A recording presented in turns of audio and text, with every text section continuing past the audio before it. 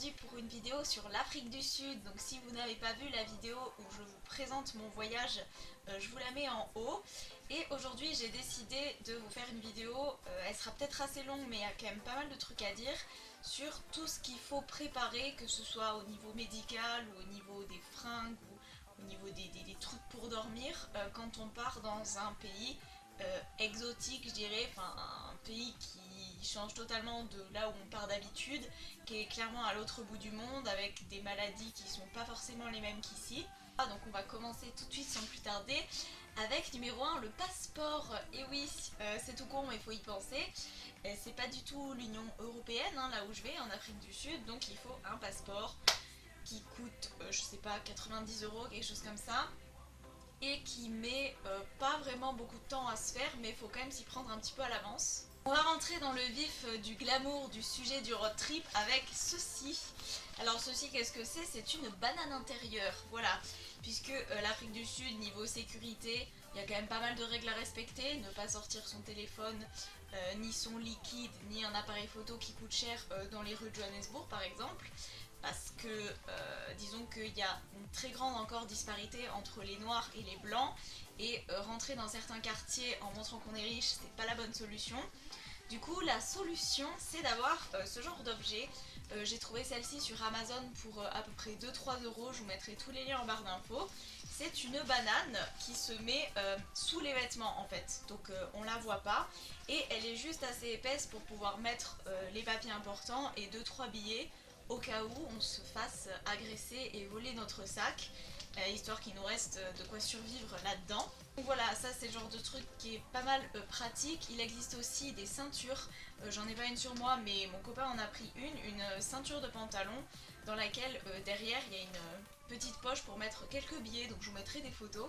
Un truc également super important que j'ai trouvé chez Nature et Découverte, il s'agit de ceci. Donc ça par contre ça coûte 30 balles, clairement le voyage en Afrique du Sud, il faut compter le billet, les safaris, les logements et surtout les trucs pour survivre là-bas. Donc c'est une paille qui filtre l'eau, l'eau que tu bois, donc tu peux boire dans une rivière, ici comme expliqué ici, ou même si tu n'es pas tellement sûr de l'eau qu'on te sert dans un restaurant, il faut toujours faire attention qu'on te serve une bouteille qui était fermée. Il y a cette paille voilà, qui filtre 1000 litres, 99,999% des bactéries. Alors ce système existe aussi en gourde, mon copain l'a pris en gourde, comme ça on aura les deux alternatives, donc la gourde plutôt quand on partira longtemps et la paille quand on trouvera des points d'eau. Donc clairement 1000 litres c'est la consommation de quelqu'un sur un an, donc ce genre de truc ça peut vous servir pour plein de voyages. Donc c'est de la marque Lifestro et vous pouvez trouver ça chez Nature et Découverte. Alors bien entendu, il faut une bonne crème solaire, hein, ça je pense que je n'ai pas besoin de le dire. Il faut aussi un sac de couchage, parce que nous on sait pas forcément, enfin on va essayer de trouver des Airbnb, des auberges de jeunesse, mais voilà, il faut survivre avec ce genre de truc. On arrive maintenant au chapitre de la protection contre les insectes, puisque les moustiques, clairement, ce ne sont pas les mêmes là-bas qu'en France. Ils peuvent transporter plus de maladies, ou même les autres insectes. Donc chez Action, j'avais trouvé ceci, qui est un kit de premier secours, on va dire, en cas de grosses piqûres. Donc il y a un truc pour enlever les dards, un petit truc pour désinfecter, un pansement ou un truc comme ça. Ça coûtait 2-3 euros, donc rien du tout. Il existe aussi en pharmacie, en parapharmacie, des pchits, je pense que vous connaissez, répulsifs contre les moustiques. Donc il en existe pour les moustiques européens, mais aussi pour les moustiques tigres et les moustiques un peu plus du reste du monde. Donc c'est celui-là que j'ai pris. Voici à quoi ça ressemble.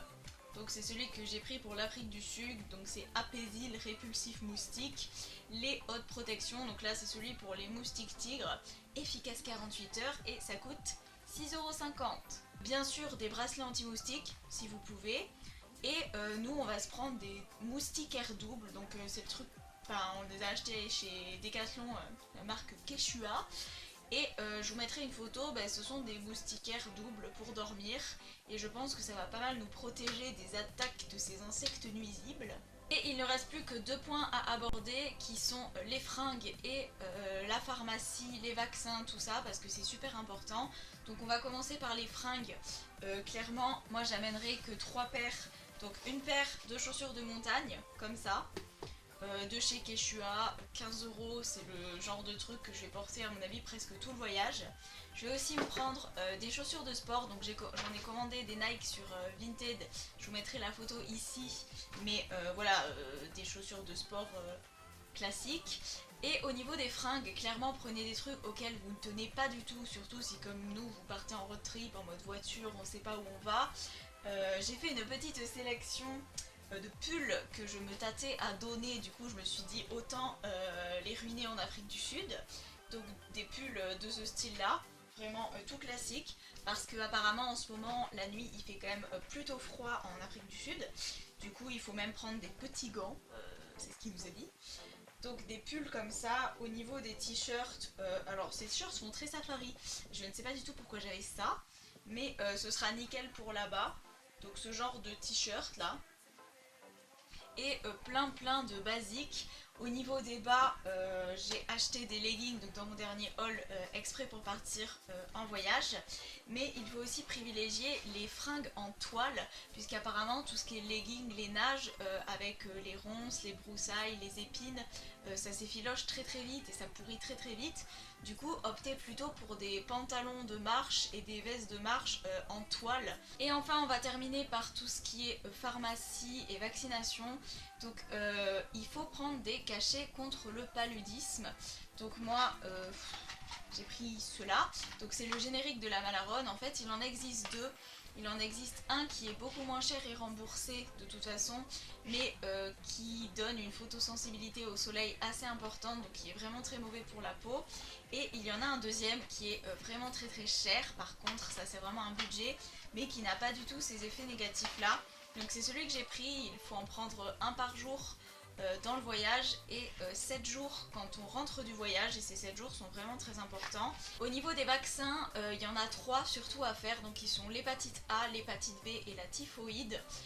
Donc la typhoïde, rien à dire, on le trouve assez facilement et on peut le faire. Par contre au niveau de l'hépatite A et B, l'hépatite B, il y a des rappels à faire, donc il se fait sur 7 mois, donc il faut s'y prendre pas mal à l'avance. Le problème surtout pour ces deux vaccins contre les hépatites, c'est qu'en ce moment en France ils sont en rupture de stock. Donc là par exemple, je pars dans une semaine à peu près et je suis toujours pas vaccinée contre l'hépatite A. L'hépatite B c'était fait parce qu'ils le demandent pour la médecine, donc de toute façon c'était bon. Mais l'hépatite A est en rupture, donc il faut faire un petit peu tous les hôpitaux. Donc voilà pour ces 3 vaccins. Et évidemment, comme les médicaments sont un petit peu hors d'accès là-bas et qu'il n'y a pas forcément de système comme ici pour les acheter, il faut se constituer une petite pharmacie avant de partir.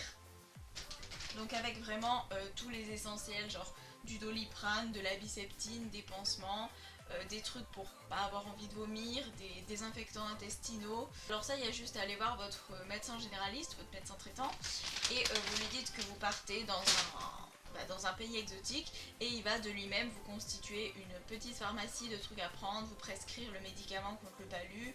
Vraiment, allez voir un médecin, hein. Moi je suis juste là pour vous faire des généralités sur un petit peu ce qu'il faut prendre pour partir, mais allez voir votre médecin. Et voilà, c'est tout pour cette vidéo, j'espère qu'elle aura vraiment pu vous aider, qu'elle sera ni trop courte ni trop longue. Donc du coup, grâce à ce petit bijou, je vais pouvoir filmer là-bas. Je ne vais pas faire de daily vlog parce que je pars 3 semaines et ce serait très long, mais je pense faire pas mal de vlogs en fonction de ce qu'on fera.